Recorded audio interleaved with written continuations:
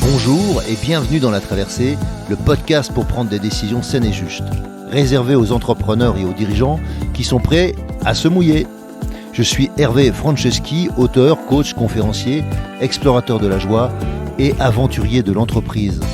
2 fois par mois, nous allons explorer ensemble, au travers de contes initiatiques et avec mes invités, comment traverser vos difficultés, vos incertitudes, vos moments de solitude et aussi vos réussites ou vos euphories. Mes invités, des sportifs de haut niveau, des start-upers à succès, des artistes reconnus, des dirigeants de grands groupes ou des personnes qui ont un parcours hors norme. À travers nos aventures, nous allons vous donner de l'énergie pour faire vos traversées.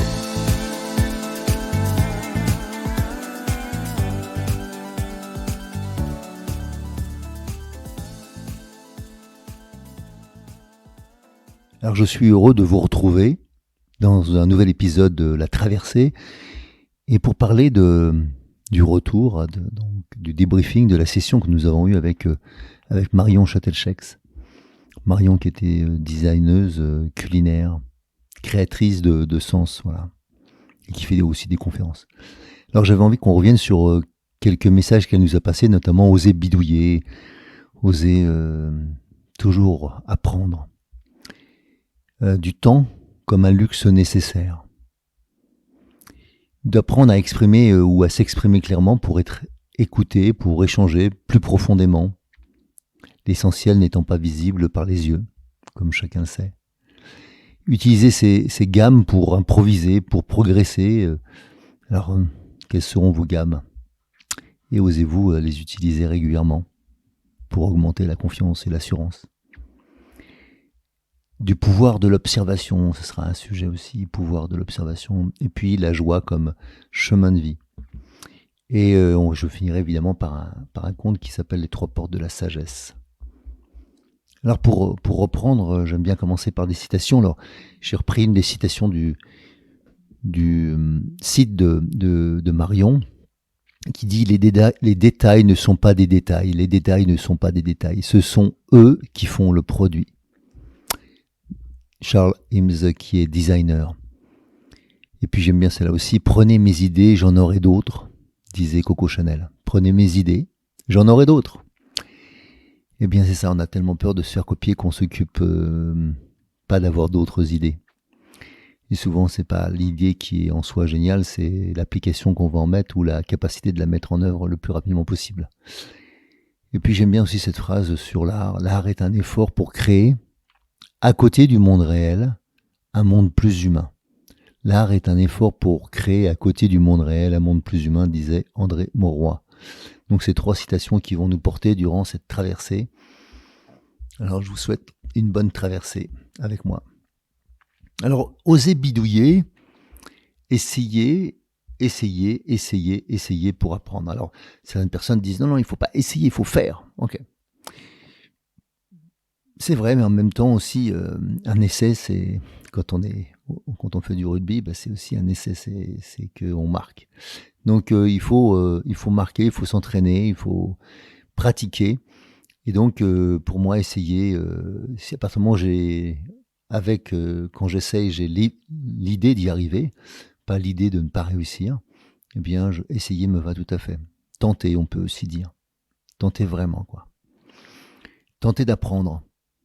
Et j'aime bien je me rappelle des écrits de Lewis Thomas, qui est un médecin, sur l'importance de faire des erreurs. Et il disait, les erreurs sont à la base même de la pensée humaine.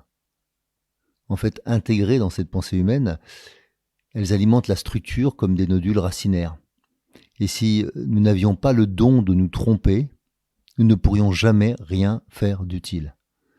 Je le relis, si nous n'avions pas le don de nous tromper, nous ne pourrions jamais rien faire d'utile. Oui, parce qu'en fait, nous réfléchissons en choisissant entre les bonnes et les mauvaises alternatives, entre les bons et les mauvais choix. Et le fait de s'y reprendre à plusieurs reprises nous permet de savoir ce qui est bon pour nous. Et donc, on doit faire aussi des mauvais choix pour apprendre à faire les bons choix. Et nous entendons dans la vie de cette façon, nous sommes faits pour faire des erreurs, codés pour les erreurs. Nous apprenons, comme on dit, par essai-erreur, comme on dit en anglais. Et pourquoi on dit ça? Pourquoi pas dire, on passe par l'épreuve, et ensuite pour triompher.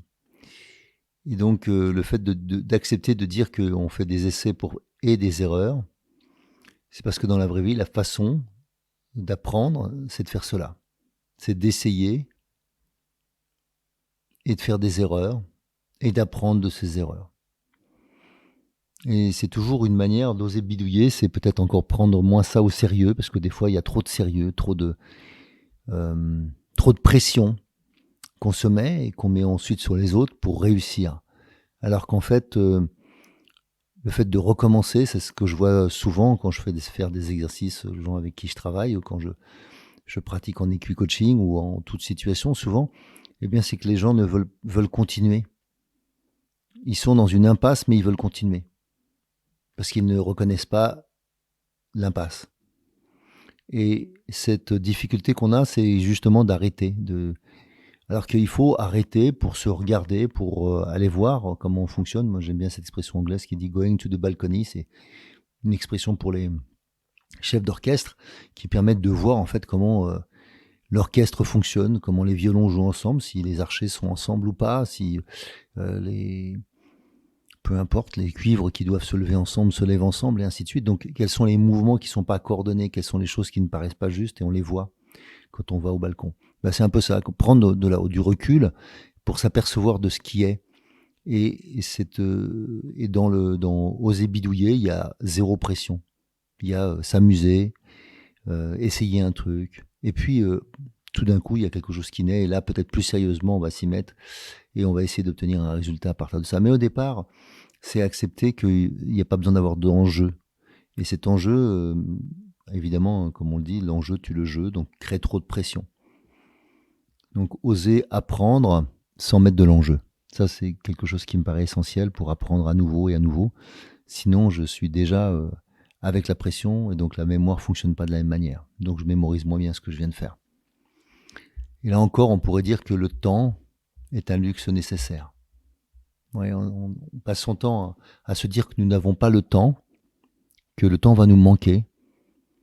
Et c'est ce qui dégage de l'impatience. Et donc cette impatience m'empêche d'être présent à ce que je vis et ne me permet pas de développer de la conscience, donc d'apprendre vraiment de mes erreurs. Alors que des fois l'impatience est justement le premier symptôme de l'erreur qui va poursuivre. Il faut faire très attention quand on devient impatient parce qu'en général, on n'écoute pas, on manque de subtilité et on a une grande chance de ne pas dire ou de ne pas faire ce qu'il faut. Donc le temps devient une nécessité. Prendre du temps. Donner du temps au temps, comme on disait. Et souvent, cette incapacité que nous avons à donner du temps au temps, c'est comme dans tous les bons produits, comme nous faisait remarquer Marion, et pas seulement dans le culinaire, mais dans beaucoup d'endroits, c'est aussi des choses qui ont pu reposer, qui ont pu maturer, comme le bon vin. Et dans beaucoup de cas, en fait, on oublie de laisser du temps et on croit qu'on procrastine, mais alors qu'en fait, on est juste en train de maturer un sujet. On est en train d'attendre que quelque chose vienne à point. Et comme on le dit, rien ne résiste à une idée qui vient au bon moment. Et rien ne sert d'être en permanence en avance sur son temps, en dehors de développer de l'ego pour se dire « Ah, j'étais en avance, je savais mieux, mais je l'avais déjà dit ». On s'en fout. Ça, c'est un problème d'ego. Et je vois ça tellement souvent, enfin ça m'est arrivé aussi, d'être en avance sur d'autres et puis de prétendre que parce que j'étais en avance, ça me donnait un droit à quoi que ce soit. Bien sûr que non. Bien sûr que non. Donc être en phase avec son temps, c'est plus important que d'être en avance avec son temps. Même si on fait ce qu'on peut, des fois on est en avance. Et être en retard, bien évidemment, c'est pénible. Donc tant qu'à faire, il faut être avec son temps. Et pour ça, il faut laisser du temps pour que tout le monde soit ensemble, pour que le groupe avance, même si peut-être que vous avez une idée avant les autres. Mais il faut qu'elle vienne à maturité pour le groupe pour qu'elle puisse éclore. Et j'aime bien penser que tout n'est pas comme le vin, tout ne se bonifie pas, mais beaucoup de choses se bonifient avec le temps. les humains notamment. D'apprendre à exprimer ou à s'exprimer clairement pour être écouté. Alors, moi j'aime bien prendre le temps pour l'expression parce que c'est juste fondamental dans ma vie que l'expression claire et précise, concise, parce que en fait, pour échanger en profondeur, il faut accepter de ne pas étaler tout ce qu'on sait. Il faut accepter de parler que d'un sujet et non pas de 36 sujets. Donc là, dans mes émissions, je parle de plein de sujets, bien évidemment, je le sais, et j'essaye à chaque fois sur une émission d'avoir un sujet prédominant. Et aujourd'hui, j'ai envie de prendre comme sujet principal, même si je rebondis sur les choses qui ont été dites par, euh, par Marion, bah, c'est toute cette capacité qu'on aurait à apprendre. Cette capacité qu'on a à être enseignable, comme on dit. Ça veut dire qu'on peut être à l'écoute, parce que sinon, beaucoup de gens disent que c'est le prof qui n'était pas intéressant, en oubliant de dire qu'ils étaient incapables d'écouter. Donc, même s'il avait été intéressant, ils n'auraient pas été capables de s'en rendre compte. Donc, on est toujours dans le danger de ne pas être à l'écoute, de ne pas être enseignable. Ça veut dire que dès que j'ai entendu que je sais quelque chose, je n'apprends plus. Et donc, une fois que vous avez passé un certain âge, il y a beaucoup de choses que vous savez. Même si vous savez bien qu'il y a beaucoup, beaucoup plus de choses que vous ne savez pas. Mais prendre ce temps d'apprendre, de cette capacité, pour essayer à nouveau d'être à l'écoute de soi, de ses besoins, mais aussi de ses désirs. Voilà. Donc ça permet d'apprendre à s'exprimer plus clairement. Et le fait que je m'exprime plus clairement parce que je suis plus en lien avec moi-même, je suis plus écouté par nature. Parce que ce que je dis est plus authentique, vrai, juste, correspond à quelque chose de vécu, peu importe que le registre émotionnel soit fortement exprimé ou faiblement exprimé, à partir du moment où il y a aussi des émotions. Et ça me permet d'échanger, comme je le disais, plus profondément. Donc d'oser creuser un sillon plus profond. C'est le propos d'une conférence, de parler d'un sujet plus profondément plutôt que d'évoquer 4-5 sujets que j'aurais pu évoquer dans une formation, mais c'est pas le même temps. Une journée, 2 journées, ou une conférence qui dure 1 heure.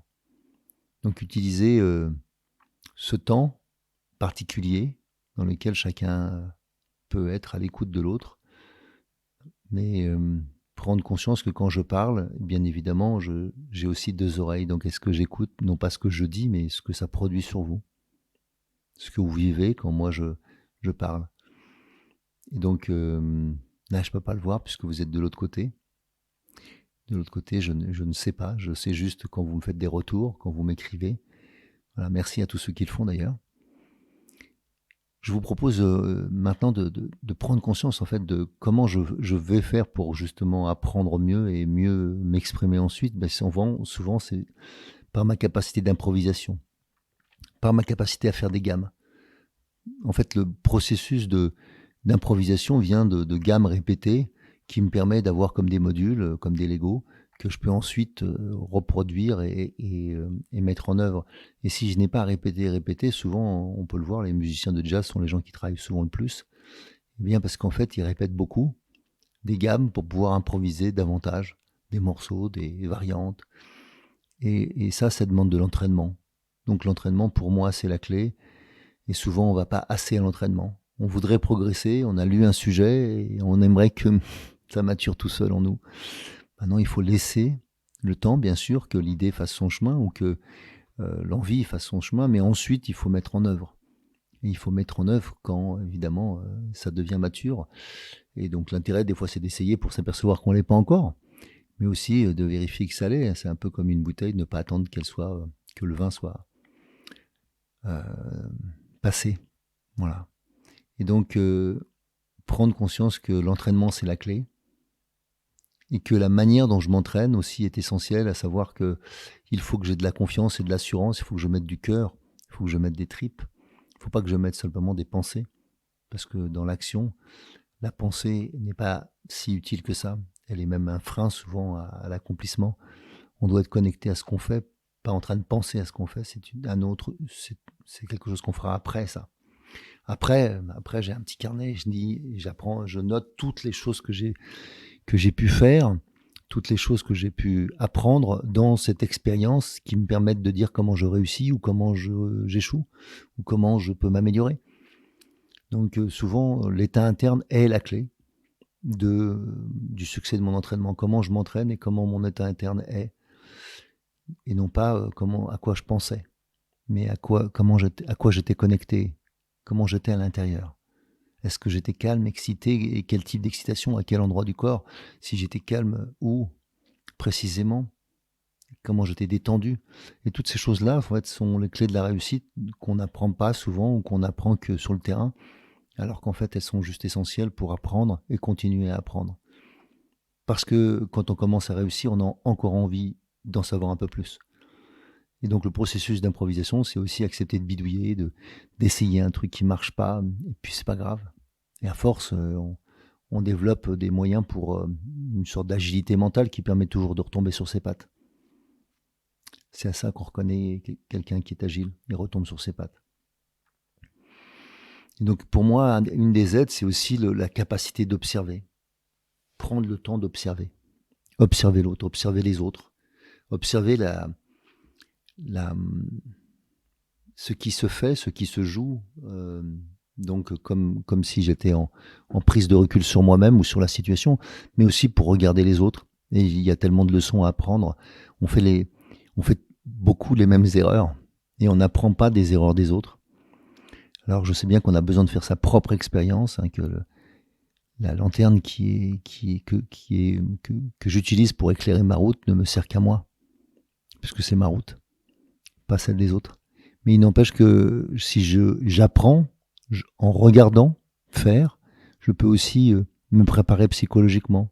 Je peux aussi comprendre que y a des choses qui vont mieux fonctionner avec moi ou pas en fonction de ma connaissance personnelle. Donc la connaissance de soi et la connaissance de sa capacité d'apprentissage, par exemple, sont essentielles dans ces moments-là. Et un des moyens pour moi simples aussi, c'est de rester dans le jeu.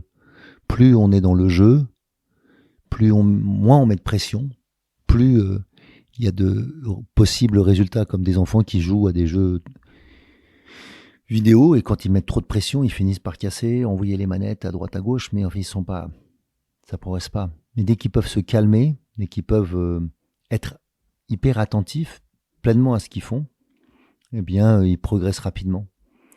Et on n'a pas d'idée de ce que c'est que le niveau 1, le niveau 2, pardon, tant qu'on est au niveau 1. Et pareil, quand on est au niveau 2, on n'a aucune idée du niveau 3 parce qu'on l'a jamais découvert. Et donc, vous ne savez pas ce que vous pourriez être à un niveau supérieur, ou différent, en tout cas. C'est pas toujours de la supériorité, ça peut être aussi autre chose. Mais il faut l'expérimenter. Et c'est quand je l'expérimente que je me dis, bien sûr, le niveau 3, c'est ça. Mais tant que je l'ai pas vécu, je ne sais pas ce que c'est. Et donc, le jeu qui développe la joie, pour moi, c'est un chemin de vie. La joie, c'est ce qui m'indique mon chemin de vie. La joie, c'est ce qui m'indique ce qui est juste dans la vie. Et des fois, je ne fais que croiser mon chemin de vie, donc en conséquence, la joie ne dure pas longtemps. Ou des fois, ça ressemble, c'est du Canada Rail, ça ressemble à mon chemin de vie, mais je suis dans l'ornière, je suis bloqué dans quelque chose, en fait, je n'arrive pas à en sortir. Ou je suis dans le fossé le long du chemin. Et donc, c'est pénible. Mais bien sûr que je vais au bon endroit, mais le comment est très désagréable. Donc le but, c'est de retrouver ma route, d'être à nouveau dessus. Et souvent, c'est la joie qui me communique ça. Parce que justement, ce n'est pas pénible. On pourrait parler du flow aujourd'hui, qui est un mouvement, en fait, ou un courant de pensée qui nous vient de l'Inde et qui nous permet de prendre conscience à quel point, quand les choses se font facilement, qu'elles sont naturelles, bien en fait qu'elles dépendent aussi d'un état interne, d'une manière d'être, pas de faire, mais d'une manière d'être. Et de la joie, c'est une manière d'être. Donc si je prends conscience que cette manière d'être peut m'aider, peut me faire progresser, alors à ce moment-là, peut-être que j'ai la clé de à nouveau prendre du temps qui était ce luxe nécessaire. Voilà. Ou prendre le temps d'être en contact avec l'essentiel. L'essentiel qui n'est pas visible par les yeux souvent. Alors je voulais finir par les 3 portes de la sagesse, un conte qui me plaît beaucoup. Alors c'est l'histoire d'un prince qui devait devenir roi. C'est sa destinée. Et son père était gravement malade. Et il savait qu'il allait devoir reprendre le royaume. Pour autant, son père était encore vivant, et il avait d'excellents conseillers, il n'avait pas encore à gouverner. Un jour, en fait, son père le fit appeler, et en discutant avec son conseiller personnel, il proposa à son fils de faire un périple pour gagner en sagesse. Le conseiller du roi lui proposa un défi, passer par les 3 grandes portes de la sagesse. Très étonné, le prince accepta le défi, même s'il ne connaissait rien des 3 portes de la sagesse. Un jour qu'ils étaient tous les deux, le prince et le sage, ce dernier lui dit « Regarde cette porte que je te propose ». Il se trouvait face à une grande porte en pierre sur laquelle on pouvait lire « Changer le monde ». Il faut que je vous dise une chose, c'est que le sage l'avait prévenu. Si tu décides de ne pas passer une de ces 3 portes, tu seras condamné à vivre indéfiniment cette même journée. Alors, lorsqu'il passa la première porte, il avait cette phrase en tête. Après avoir relu le fronton de la porte, « Change le monde », il dit à voix haute, « C'est bien mon intention, il y a quand même beaucoup de choses qui me déplaisent dans ce monde. Oui, il y a beaucoup de choses qui me plaisent aussi, pour être honnête, mais aussi beaucoup de choses qui devraient être changées. » Pour lui, la vie était déjà comme un combat. Alors sa fougue, sa vigueur et sa puissance, il les mit au service de cette nouvelle mission. Il partit conquérir et modeler sa nouvelle réalité, conformément à ses désirs. Il y trouva parfois du plaisir, du contentement, mais beaucoup de choses lui résistaient. Il vécut donc beaucoup de frustration. Des semaines et des mois passèrent, il rencontra à nouveau le sage qui lui dit « Qu'est-ce que tu as appris sur ce chemin ?» Le prince lui répondit qu'il avait appris à discerner ce que je peux réaliser moi-même, ce qui m'échappe, ce qui est en mon pouvoir, et ce qui ne l'est pas. « C'est bien, » dit le vieil homme, « c'est exactement ça. Utilise donc tes forces pour agir là où tu as du pouvoir, là où tu as de l'emprise. » À ces mots, le sage disparut et presque au même moment, la seconde porte apparut sur le chemin. Sur la deuxième porte en bois, ouvragée, était écrit en grosses lettres « Changez les autres ». Ah, voilà ce qu'il me fallait, exactement ce qu'il me fallait. Je ne peux pas changer le monde, mais je peux changer les gens. Certains sont joyeux, d'autres sont fatigants, et même, je vais être honnête, certains me déplaisent. Et si je pouvais changer le caractère de ces gens-là, ah là là, qu'est-ce que ça me ferait du bien. Leurs défauts sont tellement pénibles. La vie serait quand même plus simple. Alors il s'attela à sa nouvelle tâche. Après de longues semaines, de longs mois, et après avoir médité à cette situation particulière où il chercha à changer les autres et aussi à l'inutilité de pouvoir ou de vouloir les changer, le vieux sage réapparut et lui posa cette même question. « Qu'as-tu appris sur ton chemin ? Qu'as-tu appris depuis que tu as passé la première porte et maintenant la seconde porte ? » « J'ai appris que les autres ne sont pas la cause de mes problèmes, ni même la cause de mes joies, même si parfois ils y participent. Je peux apprendre, je peux accepter de vivre avec eux, parce qu'au fond, ils ne sont que le révélateur, parfois le catalyseur, de choses qui sont en moi, des choses qui ont pris racine en moi. Merci, dit le sage. C'est exactement ce que j'attendais de toi, que tu te réveilles de toi-même et que tu te révèles à toi-même. Et il faut aussi que tu le fasses envers les autres, afin que tes peines et tes souffrances t'enseignent, et que tes joies te permettent de savoir quand tu es sur ton chemin. Va, il te reste encore à parcourir une autre porte. Le vieil homme disparut. Peu après, le prince arriva devant cette grande porte en bronze sur laquelle il était écrit « Change-toi toi-même ». Il commençait à se dire que c'était la bonne chose à faire. Effectivement, je suis sûrement la cause de mes problèmes. Et il chercha à changer son caractère. Et comme d'habitude, il fit cela avec la plus grande intensité possible. Comme un guerrier fou furieux, il continuait à vouloir se changer. Et après cette fois-ci des années de combat où il connut évidemment des succès mais aussi des échecs, beaucoup de frustration et d'impuissance, il rencontra à nouveau le sage qui lui demanda « Qu'as-tu appris à nouveau sur ce chemin ?» « J'ai appris qu'il y a en moi des choses que je ne peux améliorer. J'ai appris qu'il y a des choses en moi qui me conviennent et que je devrais juste faire progresser, faire fructifier. » « C'est bien, dit le sage.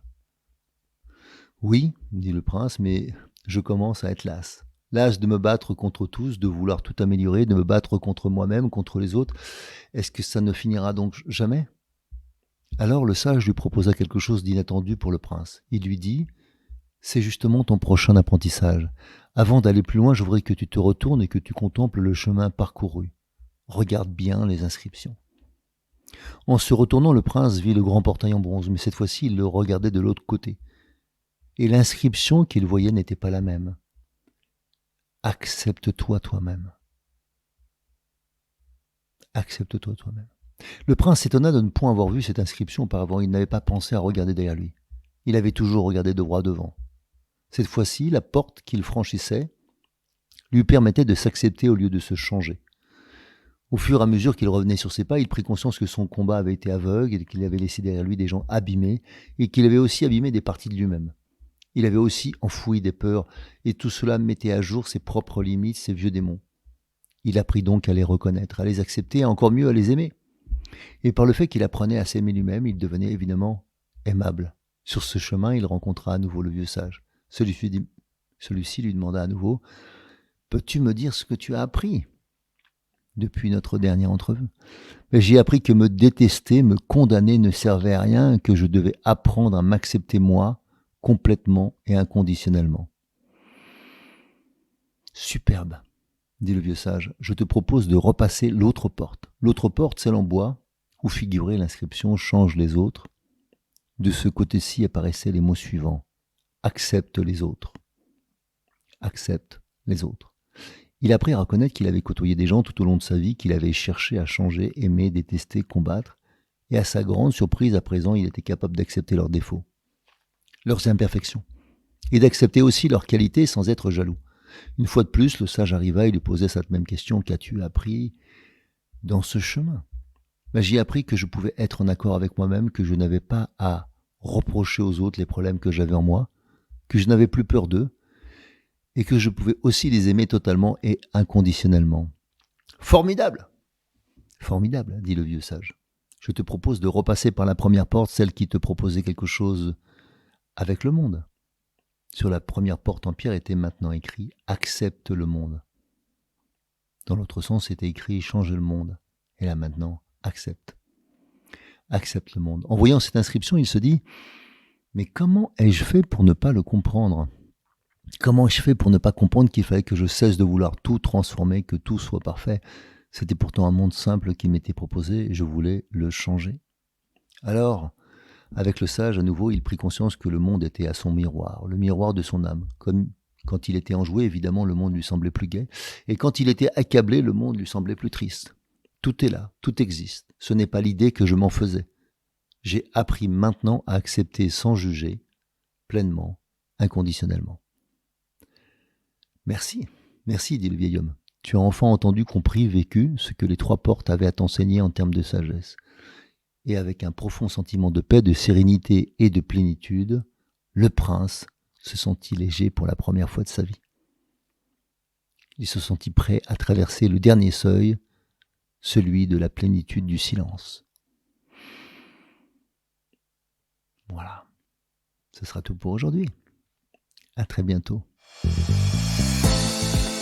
Si vous aussi vous vivez une traversée et souhaitez être soutenu pour arriver à bon port, alors embarquons ensemble. Je vous invite à postuler à mon programme d'Ultimate Coaching, un accompagnement personnalisé de haut niveau sur mon site hervéfranceschi.fr/Ultimate Coaching. Ce programme s'adresse aux dirigeants et aux entrepreneurs désireux de se dépasser avec fluidité et simplicité. Par exemple, pour se préparer mentalement comme un sportif de haut niveau, ou bien pour être plus présent à soi et à son corps, ou encore pour développer performance, inclusion et bien-être dans votre entreprise. Et enfin, exploser les plafonds de verre qui vous empêchent d'atteindre votre potentiel. Et bien sûr, si vous aimez ce podcast, favorisez sa diffusion en lui donnant 5 étoiles, j'ai bien dit 5 étoiles, sur Apple Podcast ou votre plateforme de podcast préférée. Et surtout, abonnez-vous pour ne manquer aucun épisode. Dans cette traversée, sortez vos cirés, ça va rincer.